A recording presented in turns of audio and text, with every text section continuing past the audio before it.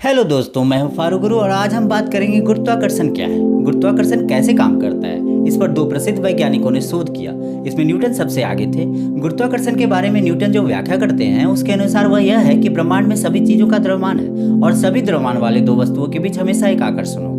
किसी वस्तु का गुरुत्वाकर्षण बल भी उसके द्रव्यमान के अनुसार बदलता रहता है। मतलब यह कि अधिक द्रव्यमान वाली वस्तुएं कम द्रव्यमान वाली वस्तुओं को अपनी ओर खींचती है। दो द्रव्यमानों के बीच की दूरी जितनी अधिक होगी उनका गुरुत्वाकर्षण बल उतना ही कम होगा। बल दूरी के व्युत्क्रमानुपाती होता है। मतलब force is inversely proportional to the distance to the power of 2। अर्थात यदि दूरी 2 गुना बढ़ जाए तो बल 4 गुना कम हो जाएगा। यदि दूरी 3 गुना बढ़ जाए तो बल 9 गुना कम हो जाएगा। यही बात न्यूटन ने गुरुत्वाकर्षण के बारे में बताया है। सब कुछ वैसा ही होता है जैसा कि न्यूटन ने कहा था। पृथ्वी सूर्य की परिक्रमा करती है, चंद्रमा पृथ्वी की परिक्रमा करती है और यह संपूर्ण ब्रह्मांड स्वयं न्यूटन के गुरुत्वाकर्षण के नियम के अनुसार कार्य करता है। लेकिन अगर सूर्य का गुरुत्वाकर्षण इतना मजबूत है तो पृथ्वी उससे क्यों नहीं टकराती?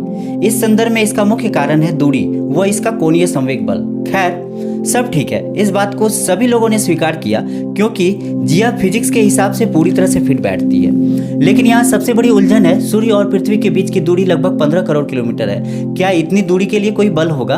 उदाहरण के लिए यदि मैं किसी गेंद को लात मारता हूँ तो मेरे और उस गेंद के बीच संपर्क होता है। यही संपर्क में लगने वाला बल गेंद को गतिमान बनाता है। लेकिन सूर्य और पृथ्वी के बीच जो है वह सबसे बड़ी है दूरी। ऐसा होने के कारण वैज्ञानिक धीरे धीरे उस तरह के बल के बारे में भ्रमित होते जा रहे हैं। तो ऐसी वस्तुओं के बीच बंधन का कारण बनता है और यहीं पर हमारे आइंस्टीन जुड़ते हैं। उनके अनुसार गुरुत्वाकर्षण कोई बल नहीं है, लेकिन इसका कोई मतलब नहीं होता। अगर गुरुत्वाकर्षण नहीं है तो ऐसा क्यों होता है? तो फिर यह क्या हो रहा है? कौन सी रहस्यमय चीज इसका कारण है? लेकिन इसके लिए उसकी व्याख्या हालांकि उस समय तक किसी के भी द्वारा समझ में नहीं आई थी। हालांकि कुछ साल के बाद समझ में आई और यह वह खोज थी जिसने उन्हें दुनिया के एक सबसे महत्वपूर्ण वैज्ञानिक के रूप में सामने लाया। तो उसकी खोज क्या थी? आइए देखें कि यह कैसे काम करता है।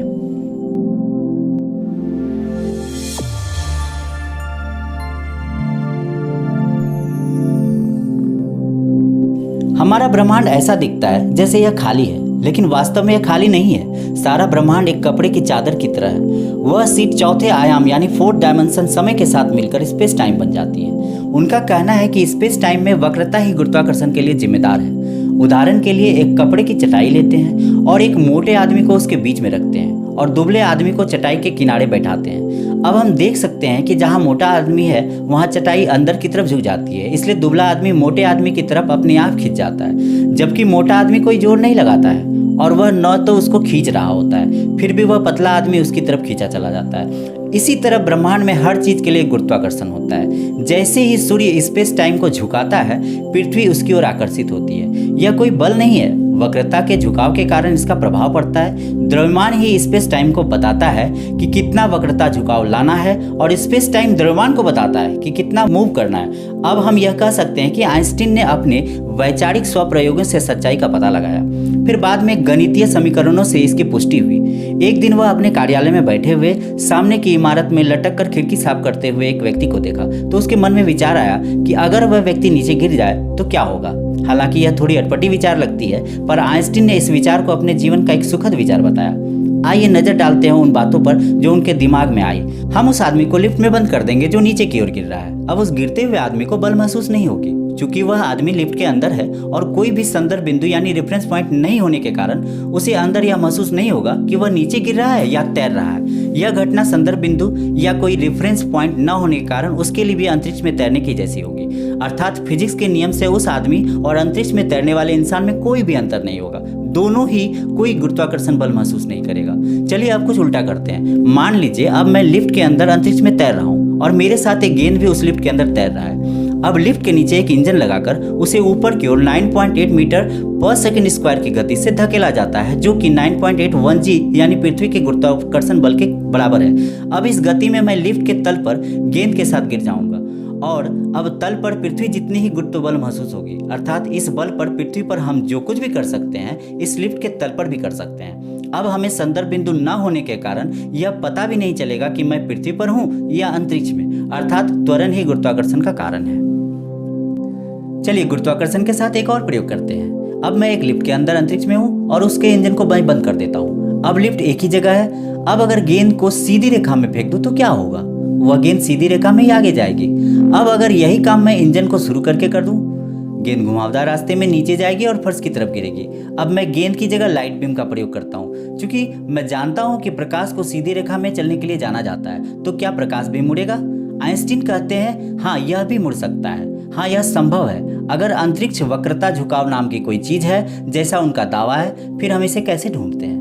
केवल 9.8 मीटर पर सेकेंड स्क्वायर की गति से चलने वाली लिफ्ट में प्रकाश को मोड़ने का पर्याप्त अवसर प्राप्त नहीं होता है। तो अब अगर त्वरण गति को 9.8 से बढ़ाकर 98 कर दें, तो आइंस्टीन के अनुसार प्रकाश का मोड़ बहुत ही छोटा होता है, यानी कुछ इलेक्ट्रॉन के आकार का झुकता है। अर्थात अगर हम गुरुत्वाकर्षण या त्वरण और बढ़ाते हैं तो प्रकाश अधिक से अधिक झुक सकता है।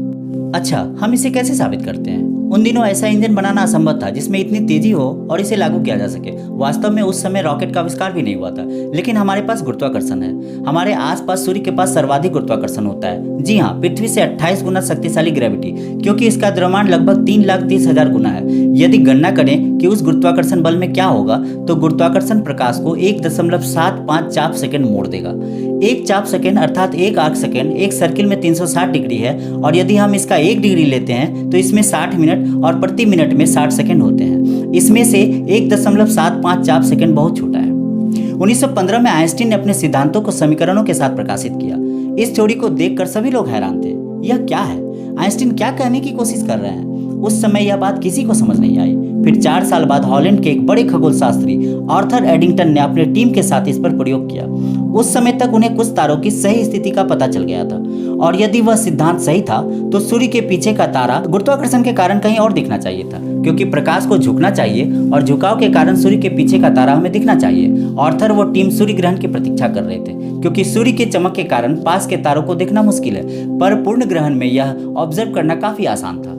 ग्रहण के दौरान ली गई तस्वीर में तारे ऐसी जगह दिखाई दे रहे थे जो वास्तव में वहां थे ही नहीं। आर्थर वो टीम के आश्चर्य का ठिकाना नहीं था। उन्होंने उम्मीद नहीं की थी कि गुरुत्वाकर्षण ने स्वयं प्रकाश को झुका दिया था, क्योंकि स्पेस टाइम मुड़ा हुआ था। एक और उदाहरण से समझे कि मैं एक स्थान से उत्तरी ध्रुव की ओर जाता हूँ। जहां तक मेरा संबंध है मैं सीधा जा रहा हूँ, लेकिन बाहरी पर्यवेक्षक के लिए यह एक घुमावदार रास्ता जैसा प्रतीत होता है। उसी प्रकार प्रकाश भी सीधी रेखा में चल रहा होता है, पर स्पेस टाइम के वक्रता के कारण उसका रास्ता घुमावदार होने के कारण झुक जाता है। अब एक प्रश्न तो आएगा मन में कि क्या यह वक्रता केवल तल में होता है?